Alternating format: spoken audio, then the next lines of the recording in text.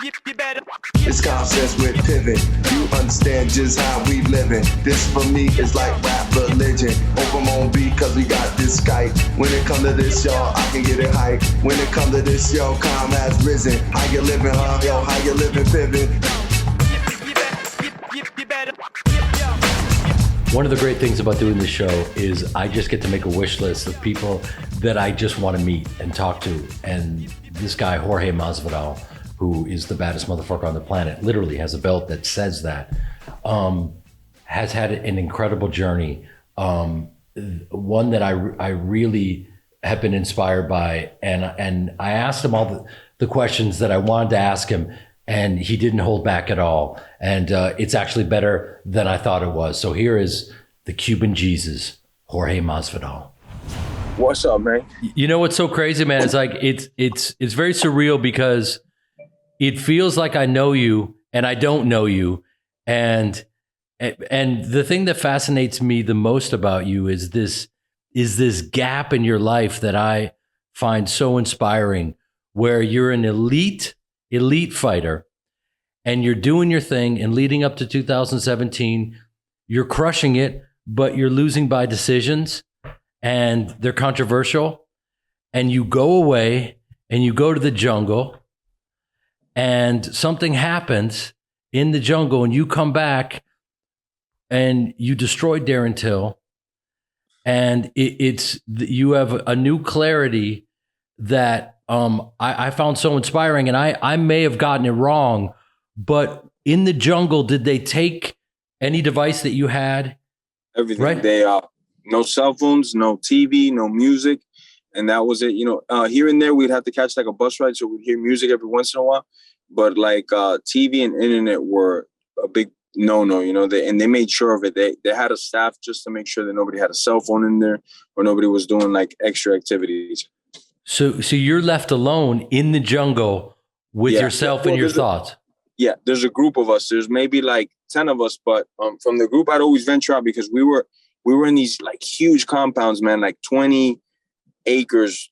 Any which way you went is just dense jungle, and then we had beach. So they wouldn't like you to venture out too far, but the place was so big, and once I got to know it, that there was no stopping us. You know, it was just I'd be out there getting lost. You know, and a big part of the show was like fighting for basic necessities. So like TV wasn't allowed, or even like common games like checkers. We had to make our own checkers. They wouldn't give us things to like entertain ourselves. So just getting lost in the jungle was like a daily thing for me, just to keep my sanity and stuff, you know. Well, what was the clarity that you gained about life, career, path, anything? Well, and at the moment I had 16 years of professionally fighting, right? And I had looked at like the things that I had done right in my life as far as fighting goes, and the things that I had done wrong. So I had a lot of data, man. I had a lot of do's and don'ts. So I started every day just thinking about this and that. And the times that I won, what did I do leading up to that? The times that I lost, what did I do leading up to that? My thoughts before fights, how I was feeling, the way that I was sleeping, all these things I tried to just micromanagement, reverse engineered, and just get after it and dig like what was the best version of me. And then as well as in this show, I got to compete a lot. So every day we'd compete 1 or 2 times against each other. There was ex-Olympians on my team. There was all types of different guys from different sports and athletes in there. So I'd get to pick their brain before competition. The silver medalist for the mile in 2014 was with us. You know, so I got to pick his brain a lot. We had another Olympic gymnast. So I got to see how the mindset before they compete, what they do on the regular, and all these things. I just started, man, just coming up with a formula, a game plan that will work for me. I said, all these things that I've been doing leading up to this, I shall no longer do this. If I'm going to make a serious run for this belt, these are the things that I am going to do. So I changed up a lot of things in my life, not just on the professional, but on the personal. I cut off tremendous amount of negativity and just a lot of things that they weren't pushing me to the top. So I said, you know, maybe this thing is neutral. It's not even making me worse, but if it's not making me better, I'm just going to do away with it. So when I came up with that formula, the only thing it was missing was commitment, dedication, you know, like some serious gasoline behind it. Because I had the formula in my head. I had, this is what I'm going to do as soon as I get out, and I'm going to achieve my goals. But all I had to do was have that commitment, you know. That's why I think my story relates with so many people, because you could change your life. You could do that paradigm shift the moment that you really decide, hey, I'm going to live or die by these rules that I'm going to set, you know. What's crazy is that you had everything that you needed. You had put the work in. You were capable physically of doing it, but in a weird way, there were so many distractions because we're a slave to these things. And Sure. they figured out these are drug dealers and the apps are drugs and we're fucked and they've got us, right? So they took that away from you. And I don't want to speak for you. This is just me, from afar witnessing your journey. And because you had no distractions, you were able to get the clarity to see what you needed to, in a weird way, become a savage in that ring. And like with Till, it was like you came at him with such clarity of intent. It was like you were not going to let this go to the judges. No, because you weren't. Yeah, I would have lost that one over there. For 1,000%. 1,000. I took since I took the fight, a lot of the guys in the group and stuff, and some of my close people were like, man, he's number 3 of the world right now. Why don't we get an easier fight? You've been out for a year and it's in England, so you got to win by finish. And that's always been like something in my mind where a lot of those negatives in my head, it's not even that I turn them into a positive. I only see it as a positive. I'm like, well, this is perfect because my game plan, I have to put it forth going forward, which is not going to a decision with anybody. And I definitely don't want to go to decision with a guy from England in England. So it was like the perfect storm for that, Was there a moment when you were in the jungle and you had no phone and you had no distractions where you found the clarity that you knew, okay, the stakes can't be any higher. My life can go one or two ways. And I don't want it to go the way that it's been going, because you could kind of see where it would have gone. Yes, sir. So you kind of knew if you didn't take matters into your own hands and kind of laser focus that, you were going to be almost a lesser version of what you're capable of. Is that right? A lot lesser. I mean, none of 2019 would have happened. I came in with some plans. I'm not much of a person that writes it down. I just think about what I'm going to do and I get it done. These things I actually wrote it down, shared it with my management. So they were like, wow, you're really on a new page. And I was like, these are the things I'm going to get done in 2019 and 20. Let's get after it, And in a good amount of the targets that I set for 2019, most of them I hit. So that just gave me the courage and the belief that, hey, whatever I'm doing, I'm in the right. I just got to stay in this direction. My mind, body, and soul is in the right direction. I'm already seeing the improvements. It was just an indicator of like, man, keep doing this, no matter what the sacrifice is. And like you said, on the professional level, I had a lot of gifts already. I was talented with my hand speed and power, and I had good reflexes and a good know-how to fight it.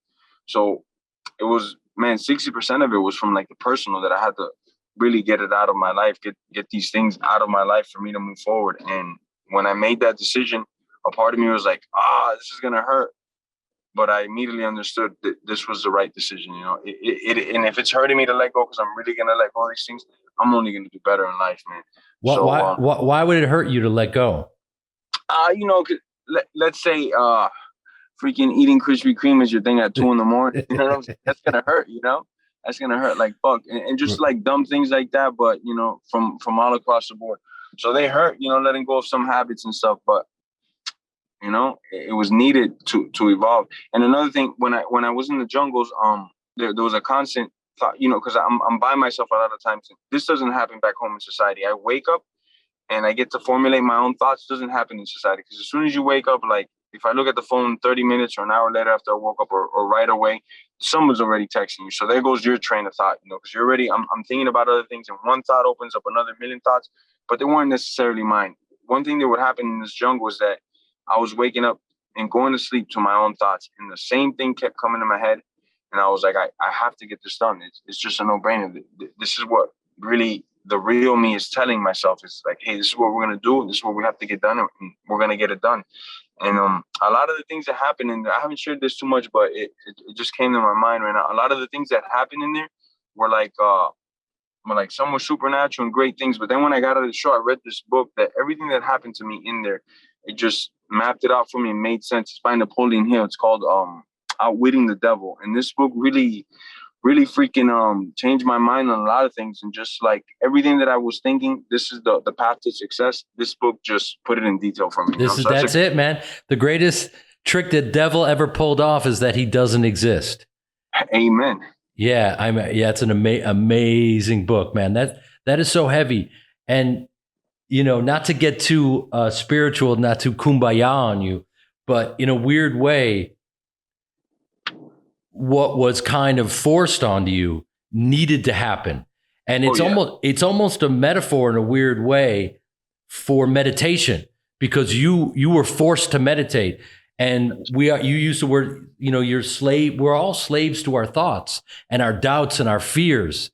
And, you know, when I talk to people about meditation, they're like, nah, I can't do it, man. I got too many things going on. It's like, we all do. We all are slaves to that circus, you know, those doubts and those fears. And once you go inward, like I had some crazy stuff happen to me, and it was a real turning point in my life.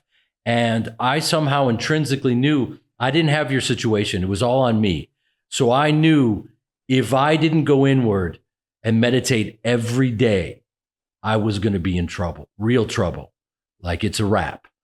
I needed to go inward and be quiet and simulate that feeling you had in the jungle.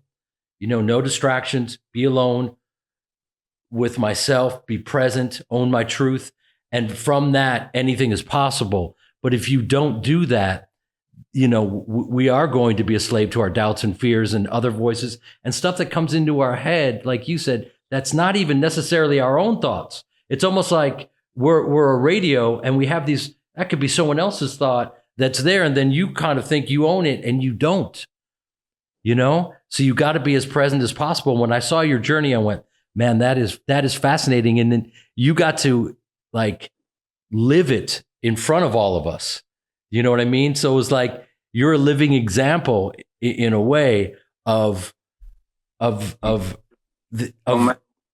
change it. You know, you could do better than what you're currently doing if you really want to put the time, the sacrifice, the insane dedication that it might take to whoever it is, you know, to get to the next level. Yeah, and yours is the extreme example, because we have metaphors every day that we're dealing with, you know, but you're locked in a cage with another man. And by the way, I feel like I'm qualified to even have this conversation with you. And I feel like anyone that interviews an elite MMA fighter should have to get in there and go toe to toe with anyone that's in the game and train with them a bit just to get a sense. Because the thing that's so funny is everyone, you know, everyone's like, you know, a warrior on their keyboards and talking shit and throwing shade. And the reality is they have no reference for the dedication that you guys have to have. They think, okay, you were a backyard street fighter. You fought Kimbo Slice's guy. You got swag, and then you can just go dominate. It's like, do you guys know the sacrifices these guys have made? The hours, you know, they don't get it. I train with a guy, with Rashad Evans, you know, and just, you know, I'm throwing up going like, how do these guys, how do they do it? And that's one of the reasons I'm such a huge fan, because you have to have skills in every different way every discipline to navigate anything that's coming your way. And you're fighting the elite of the elite. And so when these guys interview you, I almost feel like, you know, it should be a prerequisite. They need to just maybe go into camp with you for a minute. You know what I mean? And just roll. 6-week training block for all reporters. So they can have, How cathartic would that be for you to take a couple shots at some haters? Speaking of which, man, so we're just coming off this year, and what it feels like, you're looking at guys like, for instance, in your world, the you know, the Michael Bispings and the Joe Schillings of the world that are being accosted, and they're fighting. You know, you've seen in public, and you don't see this. You don't see it because guys like you, the reality is, you know, you're a black belt and you could be sued. And although you're capable, you've got to hold it together, you know. But the problem is now we've had people locked down for over a year. So they're not thinking right. And their social skills have atrophied. And they got some liquid courage in them. and they're going to take a shot at Cuban Jesus.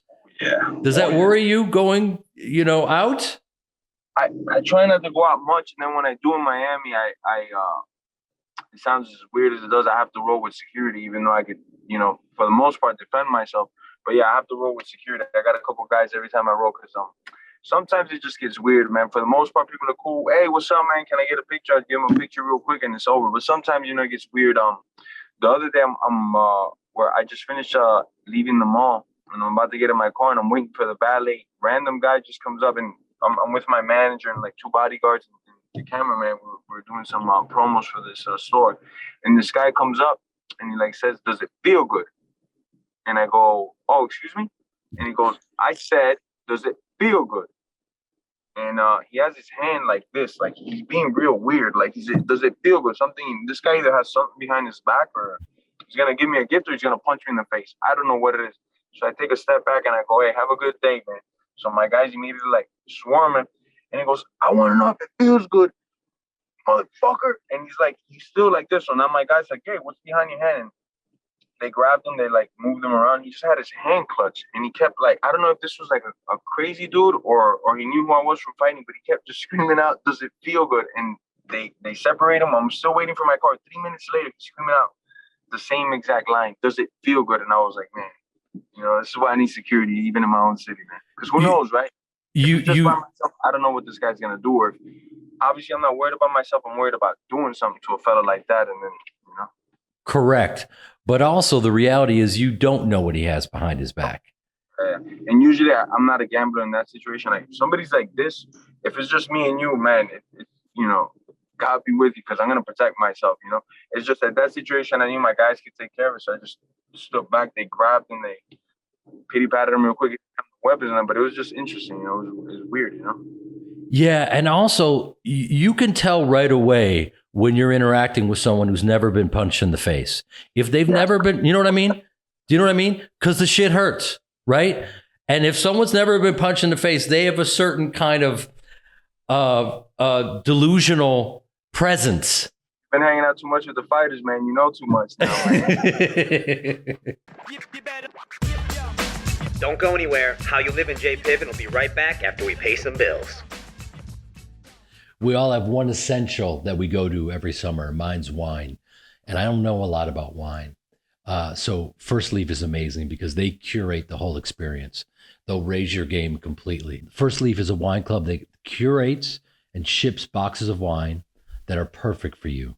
You can try wine from renowned winemakers all over the world. I actually have a buddy who bought it for his mom for a year subscription, and she absolutely loved it. So it's a great gift for anyone. It makes you look like you really know what you're doing. So you can skip the last minute wine stop and spend more time with the people that matter. Award-winning wines are delivered to your door at 60% off retail. Yeah, you heard that right. Whether you're by the water, grilling with friends, or taking it easy at home, Firstleaf is the perfect summer staple. Join today and you'll get 6 bottles of wine for $29.95 and free shipping. Just go to tryfirstleaf.com/Piven. That's 6 bottles of wine for $29.95 and free shipping at tryfirstleaf.com/Piven. Whether I'm running or lifting or yoga, Pilates, whatever, I'm doing something every day and I'm depleting my body. And I was kind of just running out of juice, running out of gas. And sometimes you can't get to a meal. And so just a little liquid IV, it's a game changer because it just stokes your electrolytes and puts you right back in the game. Great tasting. I like the acai berry. Passion fruit's great. Guava, watermelon, apple pie, strawberry, lemon, lime. I mean, listen, medicine's not supposed to taste good, not supposed to taste this good. So get some liquid IV in your life. Come on, man. By the way, I've known people that just solely use it for a hangover, and it's literally the cure for the hangover. Grab your liquid IV in bulk nationwide at Costco, or you can get 25% off when you go to liquidiv.com and use code PIVEN at checkout. That's 25% off anything you order when you get better hydration today using promo code PIVEN at liquidiv.com. Let's get after it. in talking to you, I'm smart enough to know, I think I know who you are, but I don't know who you are. Like, I've watched all your fights. I've tried to observe your journey, but the reality is I have to, everyone is innocent until proven guilty, no matter what. That's what this country is based on. There's so much guilty until proven innocent. That's a whole other story, right? But when I look at you, I want to know your story. People look at me, I played Ari Gold on Entourage for 10 years. You know what I mean? So they're like, oh, that dude is a type A douchebag, rich, white privileged motherfucker. And it's like, my man, I grew up below the poverty level. In my family is a family of actors, stage actors from Chicago. And so I grew up in an integrated community where I was the only white boy on my football team. And so I had an amazing journey where it was real, where I got I would wish it upon anyone. Do you know what I mean? So you gravitated towards people regardless of anything other than, is he cool? Is he funny? Is he smart? Is he what? This dude is, my homecoming king was this one brother I played football with, All-American wide receiver, and he used to bully the shit out of me, and it made me tough. You know what I mean? And you need this shit. And everyone's living in their feelings, and their feelings are being used right now, as they're bartering and they're taking people down based on their feelings, right? You have to watch everyone's feelings, and it's kind of insane what we're navigating right now. So with me, like, I'm Jewish. We didn't have very many Jewish kids in my school, and so there was a group of white supremacists, and they, by the way, at the Klan meetings, they don't want my Jewish ass there. I'm not invited to the Klan meetings, for the record. So this dude, how like when you're in school and like if you're a freshman, there's a dude that's a senior, it's only a few years, but this motherfucker, they have beards and they're grown men and I'm 14 years old and this dude steps to me and, it was fucking crazy and he sucker punched me and I went down and I'm running towards him and I grew up dabbling in martial arts and whatnot and playing sports, but I'm a 5'9", biscuit over 170 pounds, which is you when you're in fighting shape. And so I'm, to the outside eye, I'm just easy pickings, right? But, you got to watch out for the little dudes because we're scrappy. So I got on top of him and I'm doing my thing and they pull me off him. And now I got two dudes pulling me off him and he just, it was a wrap. It was a wrap. And, my father is also scrappy and he saw me, and he said, what happened? And, this dude called me a kike, which people don't even realize. It's so funny. We put these weight into words, the N word, all these words that trigger us. You know what I mean? He didn't like Jews. It's like when I had my bar mitzvah, all the kids that came to my bar mitzvah, no one had been to a bar mitzvah. You know what I mean? And so I'm teaching them about my culture. And some dude hates me. He doesn't know me. It's like these feelings are based on stupidity. They're based on lack of knowledge. You know what I mean? It just makes no fucking sense whatsoever. So I've always been, and then I started doing Muay Thai and I remember I was working with a guy, an old school dude named Benny Arquitas, Benny the Jet. Yeah, I know exactly what you're talking about. Yeah, old school. And he had me in there and I'm sparring with a guy that's out of my weight class and he's destroying me. And I break my toe because I kick him and instead of him blocking, he puts his elbow into my toe and it shatters. So I'm limping around. He's like, okay, and he's taping my toe up. Let's get back in there. I'm like, brother, I'm an actor. It's a fucking wrap. I'm done. I'm done. I'm not going back in. You know what I mean? So like I have a reference for how tough you guys have to be. I'm in the middle. One of the reasons I have a lot of fake tattoos on me and I'm growing this shit out is I'm playing a guy right now that just got out of prison and, he's a bad motherfucker. And this is like just even talking to you is a nice holiday for me because he's from Southie. He's got a Boston accent and it's dark and I have to go to a very dark place and I'm honored to do it. You know what I mean? So I'm playing a bad guy and I get to leave that and then live in the light. And I'm sure that you probably feel that way. I love that it just showed up. You just have a delightful drink. Is it mezcal? Is it? No, some Thai tea. Thai tea. Lots of sugar. So you don't have a weigh in tomorrow. I got to so I get to burn it off. There you go. So I'm playing a bad dude. And do you ever feel like you have to like hit that switch? And when does that happen when you know you have to become a savage? Man. Wow, this is a great question. It's like I'm alive right now. Everything, obviously I'm alive, but I feel like at my most height and at everything is like I'm there, man. Every second of every minute. Once I get that fight announcement, once they call me like, hey, the numbers worked out, so and so signed, now you're signing. Like since that moment, I could shift everything. Maybe right now I'm oriented in family time and traveling for business and just like working. As soon as that call even is like a rumor, it's like my whole freaking train of thought is just, and it's physiological, and like I've been doing it for so long, it just happens, man. Like immediately. Now, if I was working out like 2 hours a day and just kind of coasting, now I'm like 6 hours every day, and I can just make that switch, and I'm getting after you. So that's when it first like I got the call, let's go. I got something to look forward to, And then from there, every little training session, no matter whether I did great or bad, just gets me a little bit closer to the right mindset that I need to be in. Because every day I'm in, even before I went into the jungle, I'm a big visualizer. If I'm going to do something, I'm going to see it in my head first. This is what I'm going to do, and this is how I'm going to do it, and this is when I'm going to come out of it. So I do that in practice a lot. And I see everything in my head, but usually it's positive. It's having a great 2.5-hour practice or 1 hour practice, however long that length may be. I see it in my head before I do it. So then after I did everything I have to do, how close was I to that vision I had in my head? And once I can hit that vision that I have in my head in practice, I know, man. Then the next step is just get in the cage and bring to the world everything I've been working on. There are times when I look at you just before it starts and you're just kind of very calm, and you may be leaning up against the cage and you're very, very calm.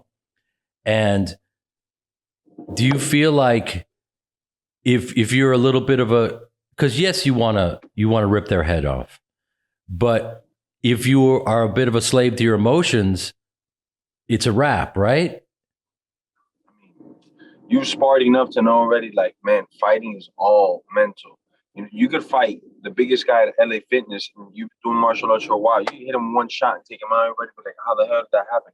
It's just, it's technique, it's conditioning, all that, but mainly it's mental. Going in there with the right mindset is a big part of fighting. To me, that's everything,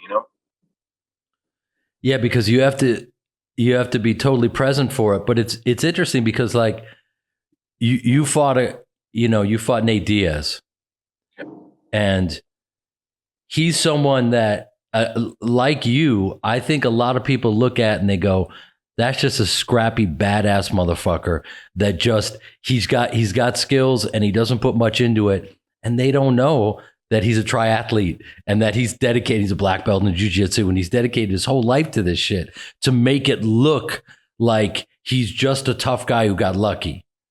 Right? So when you're in there with him and you have respect for him and you have nothing but love and everything for him, but you got to take this guy out.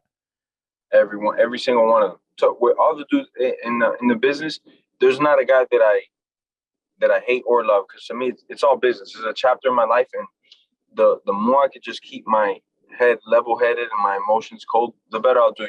I do show a lot of emotion in fights, like playing with guys. I'll make faces, I'll blow them a kiss, anything I can do to get under your skin.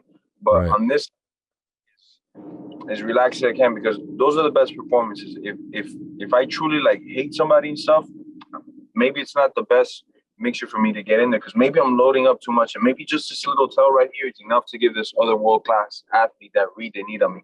So I'm usually pretty level-headed. Even if I can't stand the guy or something, at the end of the day, man, it's just show business. It's just, there's nobody that I personally like, oh, I hate this guy. There's a lot of guys that I'll slap around if I see him on the streets, but not hatred.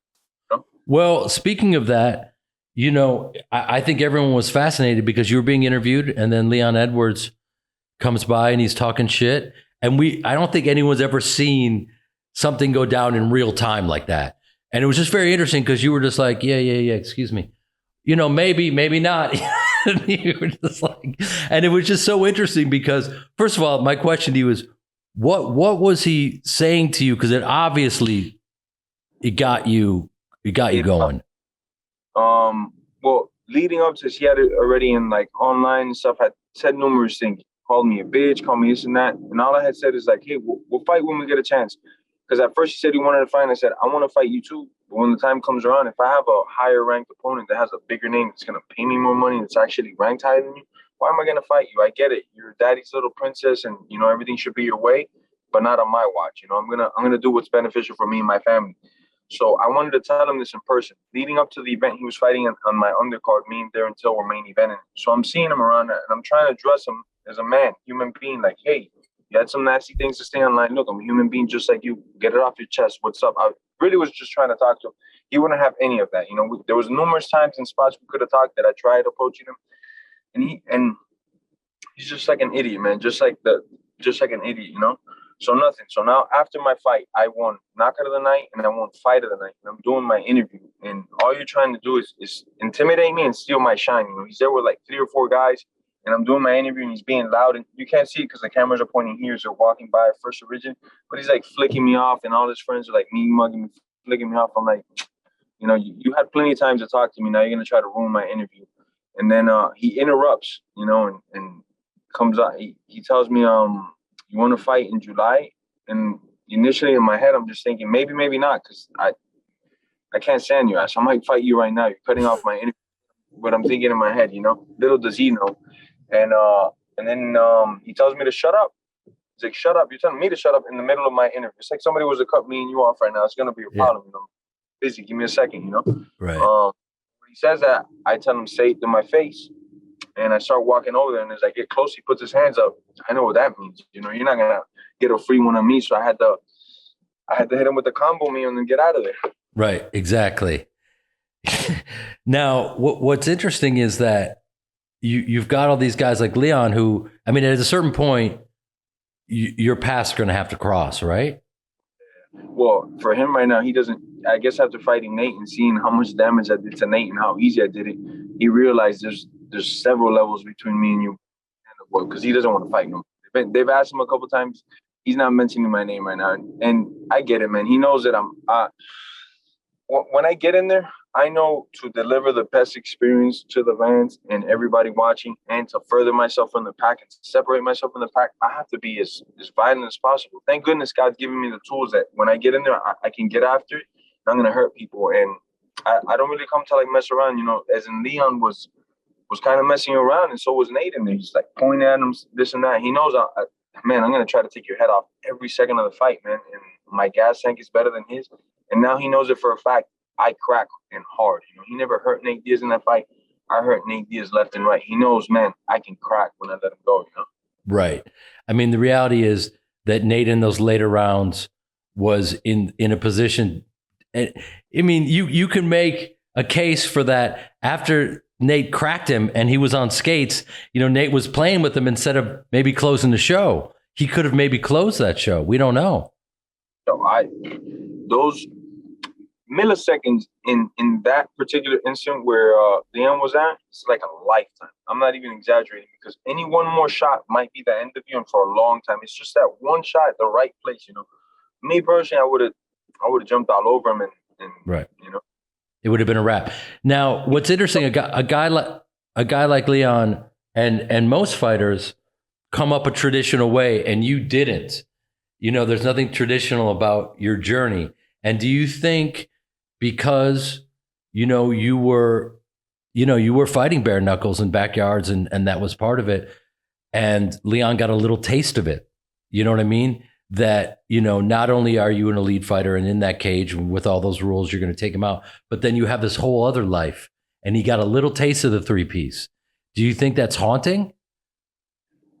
I'm sure it doesn't sit well with him. Who wants to be the guy that got the meal order? Nobody wants to be that. Right. I know it's as hell. But what bothers me is that he's still saying things like that I attacked him. Like, no, you clearly jumped in my interview, said all types of things, and then when I try to talk to you face to face, you can see it in the video. I'm coming with him with my hands like this, and he goes, Right. does that. Well, but that's what I'm saying. That's a guy that doesn't have the reference for for combat outside of the ring like you have. Like he doesn't have a reference for that. If you put your hands up like that, you don't pull a knife unless you're going to use it. That's it. Amen. 100% right. Was there one thing that gave you perspective? Because a lot of times we kid ourselves. I know that I'm still single and I'm 200 years old and it's not cute anymore. And I've been kidding myself for years. Like, oh man, I'm still young. It's like, no, motherfucker, you're not young and you're still single. Right. And I think with a fighter, you have a finite amount of time, Yeah. and I think, was there a moment in the jungle where you went, look, man, where you got perspective? I think maybe I'm just projecting, but were you looking over the trees or something and you saw kind of a different perspective of your career and your life and you went, man, I got to do this a different way? And did something click where you knew, okay, if I don't focus and if I don't have this clarity, it's not going to go the way I want it to go? Man, see a way to explain. While I was in there, I thought about the moments that I did good in training and in fights, and I thought about myself at that particular moment. I think I was 33 years old, and I was working out with the Olympians. I remember one day we went for like a good nice run, like a good 30-minute run in the sand with some guys that were good runners. I'm for runners, I'm not a good runner. For an MMA guy or a combat sport guy, I'm a decent runner. But for runners, I'm not a good runner, and I never have been. But on that particular day, I remember wanting to like really get after and not beat the guy, but just, hey, let me stay in the same neighborhood as these guys, as we did the run.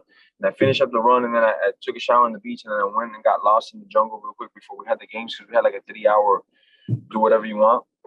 And when I was over there, I was like, man, this is one of the better runs that I've done. So I know physically I still give a lot of my body without breaking down. I was just thinking like, man, is it worth the amount of sacrifice that it's going to take to be there? Like, if I want to be where I'm at right now, is everything that I'm going to leave behind worth it? Because a lot of people say like, man, it's my dream to open up a restaurant, but maybe you're going to have to sleep out of your car for a fucking year to be able to save up the money to put up that restaurant. Is it still your dream? So I sat there day and night, and I like I said, part of me was slightly hurt because I'm like, this will no longer be a part of my life, and I'm going to remove it. If I want to get to here, I have to remove this here because I just feel like it's dead weight. So that I made that commitment and I stuck to it. And before I even got out of there, as I was in the jungle already, my habits and my training thought were getting better. And another thing was my train of thought going into fights is I would dissect guys and do my homework on them. My mind wasn't right.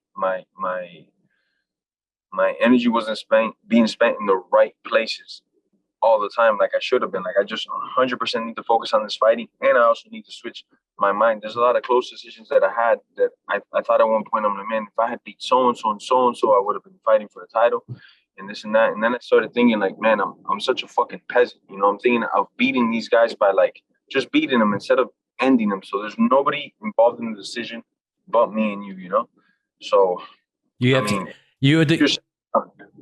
the clarity to dream bigger.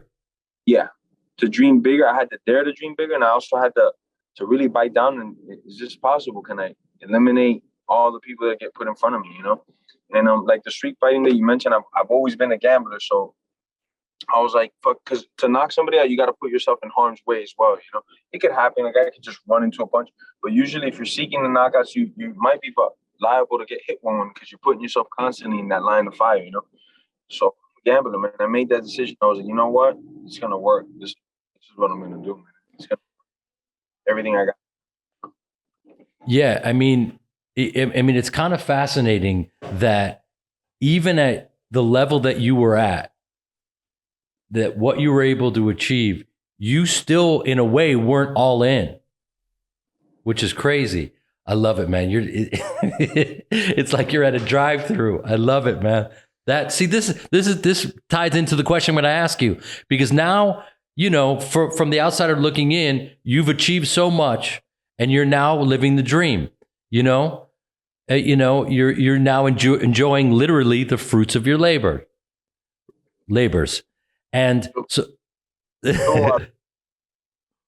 so I guess the question is, it's funny. I was watching Conor fight, and a friend of mine said, I don't think Conor's going to take this one. And I said, why? He goes, his belly's full, but he's not still hungry.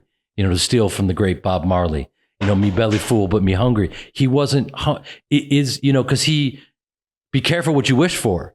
He got everything he wanted. Do you feel like, and forgive me for asking this, you've achieved, maybe, to your 33-year-old self, what you have now, you'd be like, that exceeded all your dreams. Can you still dig deep and have the hunger to perform on your highest level, even though your belly's full? That's a freaking phenomenal question. That's an amazing question. And obviously I always tell myself, yeah, I'm hungry. I really want this because I have a lot of goals that I won't close this chapter of my life until I accomplish certain things, and then I'll move on. But how I really do it, because it's one thing to think it and feel it, but it's another thing to do it. When I go to the gym, I'm at American Top Team, so we have on any day 80 professionals there. A good amount of them being in the UFC, whether Dustin Poirier or another top 5 guy in there.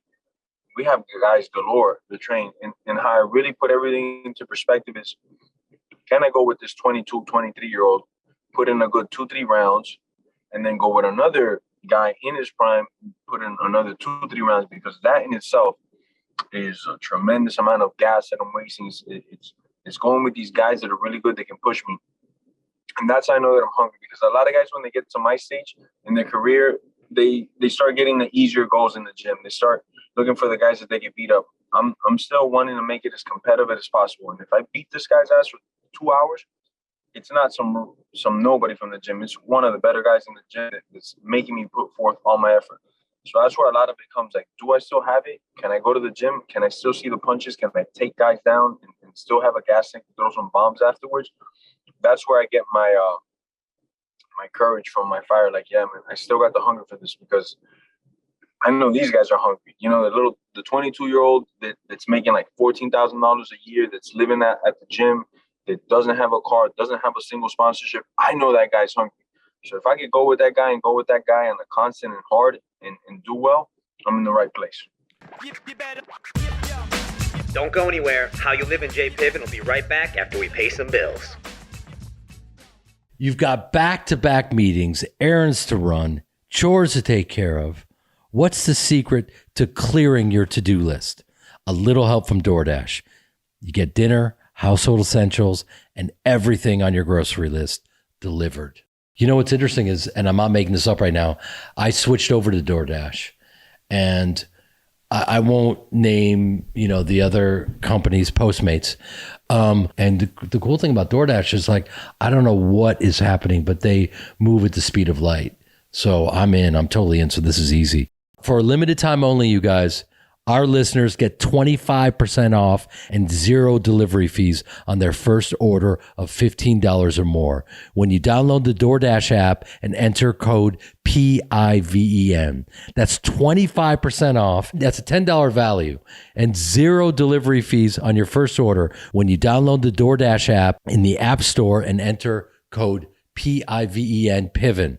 Don't forget, that's code PIVEN, PIVEN, for 25% off your first order with DoorDash. Subject to change. Terms apply.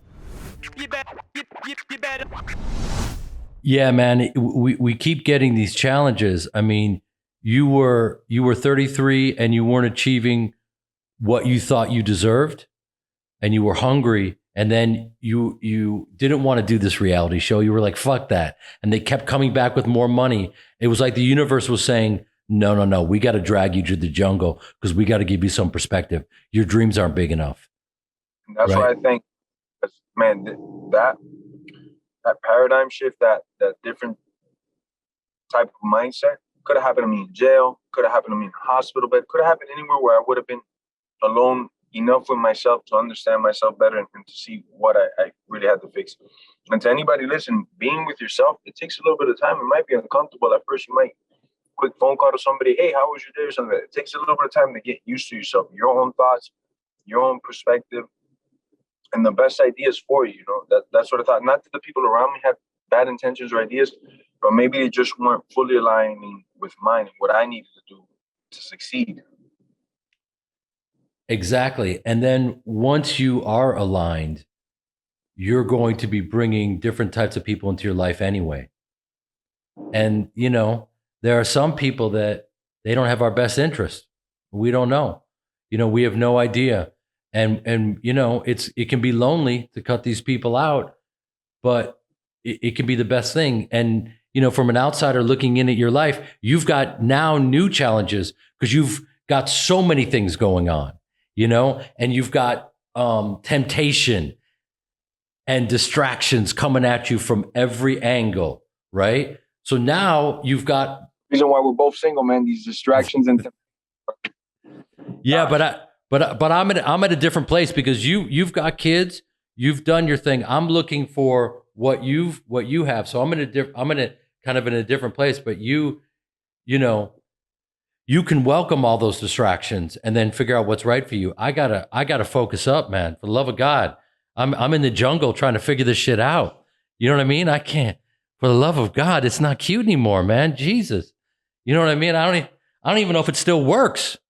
I know the Latin community in Miami. I got you hooked up here, man. Well, it's funny because when I travel, they think that I'm Puerto Rican, which I always find a very big compliment. Yeah.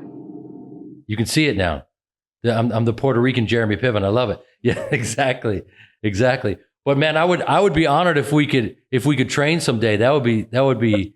I would love to be humiliated. Let's go, man. No.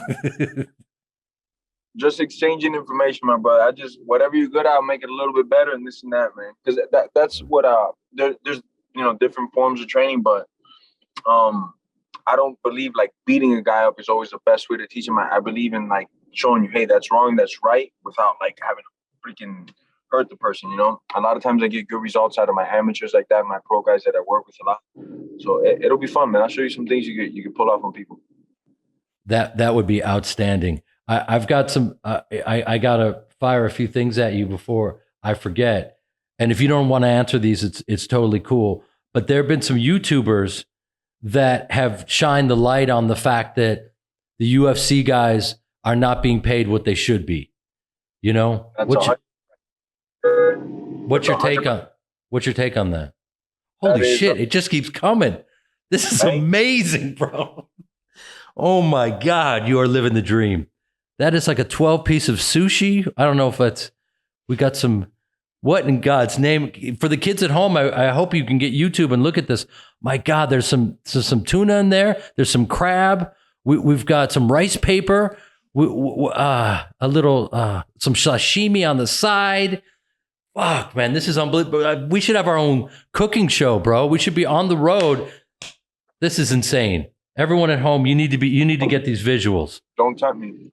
Cooking show. If you dedicate your entire life to something, you too can eat like this, kids. God, you're speaking right to my heart. Food? Oh, hell no. How great would that be just to travel all over the world and eat the best food in the world and just report on it? Get paid on it? Whatever the wage might be, just that I'm even getting paid to eat. I'm talking about it, brother. That's it right there. I'm going to get on that. Are you, when you look at like the Paul brothers and guys like that are going for theirs, be honest now. What's the first thought that comes to your mind when you see them doing their thing? And the first thought that ever came to my mind as they were crossing over was ka-ching. Like, I just thought money, right? Because they're bringing eyeballs into the sport. Whether they pick me or they pick the next guy, they're bringing a lot more awareness, a lot more eyeballs. They probably might never have looked at fighting at all. I don't know Jake Paul's exact demographic, but I don't know if a lot of these guys were in the fight world before. And a lot of these other rappers and YouTubers that are coming in, they're bringing in people that have never seen the sport and educating them. And a lot of these guys are young. So they're gonna be hooked for life. You know how it is with fighting. Once it like bites you, that's it. This is like the only thing you want to do and watch and see. So I like it in that sense. Obviously there's the politics of it. There's certain guys that are getting so much money, but if we're talking about fighting, they don't deserve that money. But we're not talking about fighting. We're talking about entertainment via fighting. So of course these guys deserve these paychecks. Now, I think it's amazing for my community. I know a lot of fighters in the beginning or still feel kind of disrespected. These guys are getting so much hype, but it's only a matter of time before one of them comes on over and chooses to fight with somebody that's a real problem. So, man, to tell you the truth, I freaking love it, man. I love it that these guys are coming in and just bringing more exposure to, God forbid, one of them picks me or something to fight. I'm in, man. I wouldn't mind going 10x on my money, to fight somebody that hasn't their whole life dedicated themselves to this, So I feel like I have tremendous advantages against any of these guys, It's like me going to play football. I might be a decent athlete. It doesn't mean it's going to transfer over to football, especially now in my career. No, but that's the thing about you that when you've dedicated your life to something the way you have, you understand your limitations. So you intrinsically know, oh, okay, you're a great athlete. But if you were to step on into someone else's arena, no matter how elite you are, you're going to get crushed. Yeah. So what's interesting is the Paul brothers do have a little background in wrestling. So at a certain point, it would be nice to see them grapple, do some jujitsu, and then step into a ring with a guy like you. We're all waiting for that moment. I mean, Jake is going to fight Woodley now. Man, Woodley's a hell of an athlete, and he's training, man. He's in shape. I like Jake. I've met him a couple times, but Woodley's like my brother. We've been training for like 13, 14 years together, beating the crap out of each other, exchanging information. He's helped me out in a lot of situations and just training and stuff. So I know this guy in and out in the gym, and man, I give a lot of props to Jake, man. His team, he's got a very good team behind him. They picked Woodley. They're going outside of their comfort zone for sure. I'm sure they're positive. They think they're going to win. But me personally, if I was like Jake's manager, I want to pick that fight. I would have said, hey, let's work our way there or stay away from this guy as long as we can, because that's the guy that's coming to fight and they can crack. Do you think they took a look at Woodley and went, okay, yeah, he's a problem, but he's approaching 40 and he's lost 3 in a row, and there's something not quite right about him. Do you think they're thinking that way? They have to be. That's the only thing that would lead me to believe that they picked Woodley. They must think like he's a shell of himself now.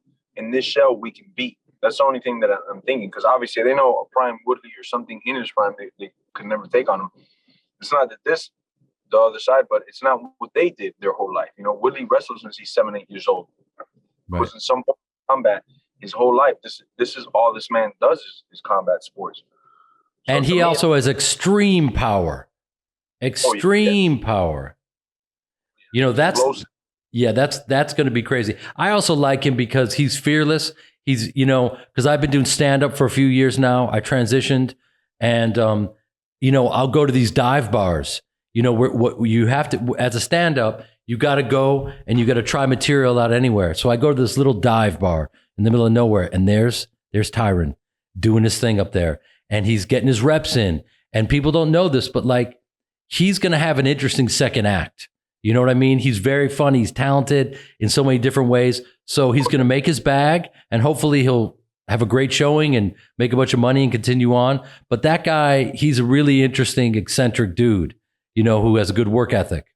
And I think for either one of them, it's going to be like a snowball effect. I think after this fight, many other boxers now, professional boxers, are going to call out Woodley because they're going to see him as a paycheck, and they're going to see him as like, this guy's not a boxer. I'm a full-time boxer now. He's a big name in boxing, and it's just going to be a big snowball effect for Woodley as well. So I think this is a great career move for him.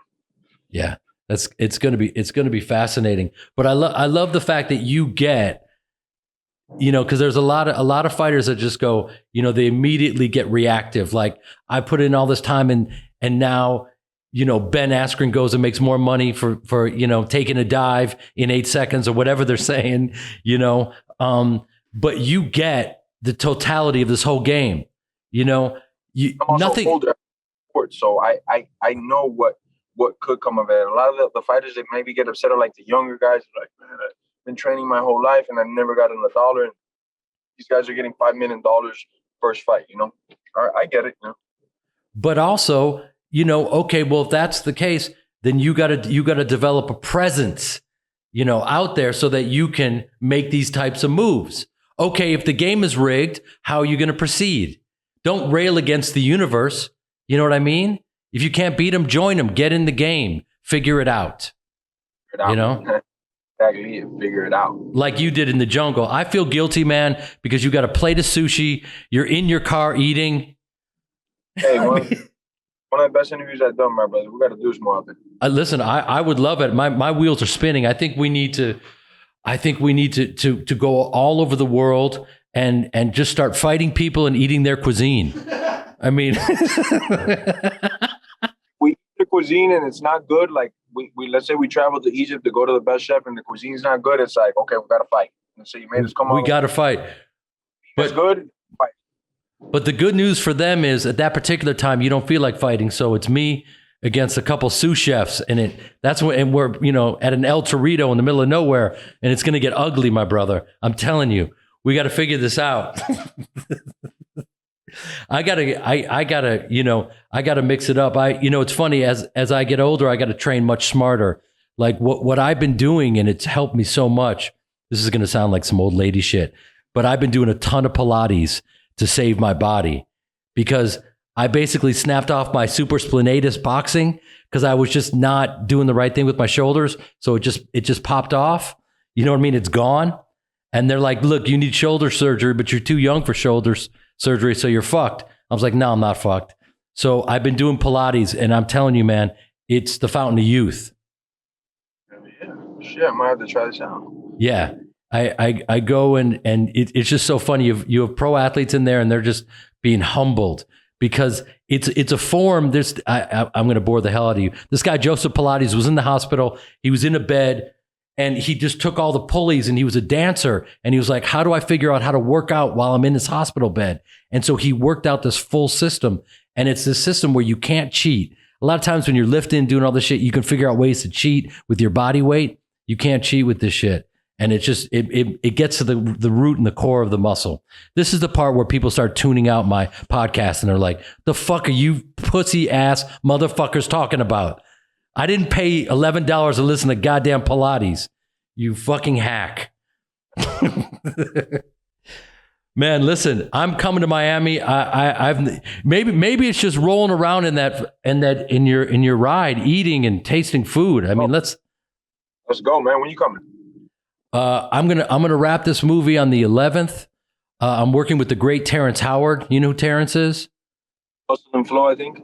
Thank you. I couldn't think of Hustle and Flow, my favorite movie ever. He crushed it in that. And this is a movie about dismantling segregation and in Boston in the 70s. And, you know, in a time where we're all divided, you know, and there's a lot of racism out there, we're exploring it. And, you know, I'm playing a very bad person. And, you know, I went to him and I said, Terrence, I just want to let you know, I'm going to be throwing that N-word around, you know, and before I get anything out, he said, I want you to lean into it. Because the reality is we need to show people who these people were.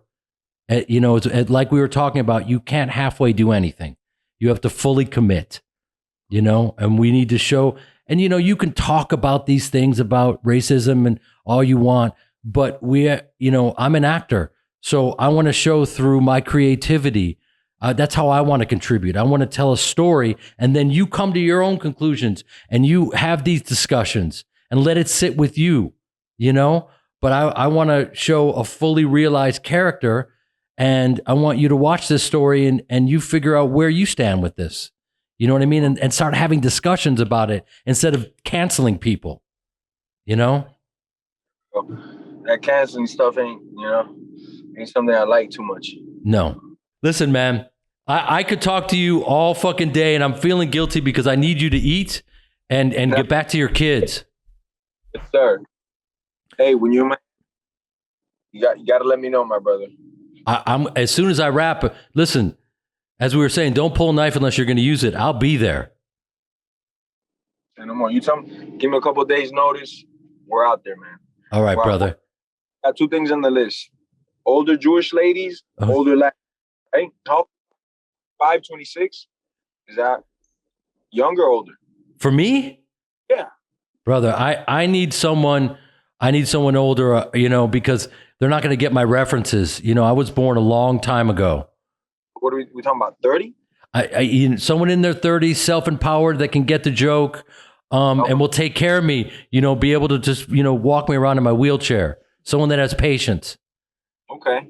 So maybe some nursing in the past as well. Yeah, nursing would be, first responder is good, maybe mid-30s, something like that, brother. I need you to put all your attention on that. Mid-30s first responder. Is cooking like a thing or not for you? Because for me, I won't date a cook your ass off. If you can't cook your ass off, forget it. I just date nobody. So they got to be able to cook for me. Cooking is the most underrated skill ever. They if she can step up, it's unbelievable. Once a week, they got to be able to make that meal that makes you say, "Oh shit, this is why I'm in a relationship." Okay, I remember now. That's right, my brother. Count me in, man. I will be on the lookout for you. I'll see you soon. Continue to be an inspiration. Continue, belly full, still be hungry. Yes, sir. And I'll be checking out your movie, my brother. God bless, man. Huge fan always, bro. Thank you, brother. I'll see you soon. How You Live in J. Piven is a Cast original podcast in association with Common Enemy and Tenderfoot TV. Producer is Kyle Tequila. Theme song by Common.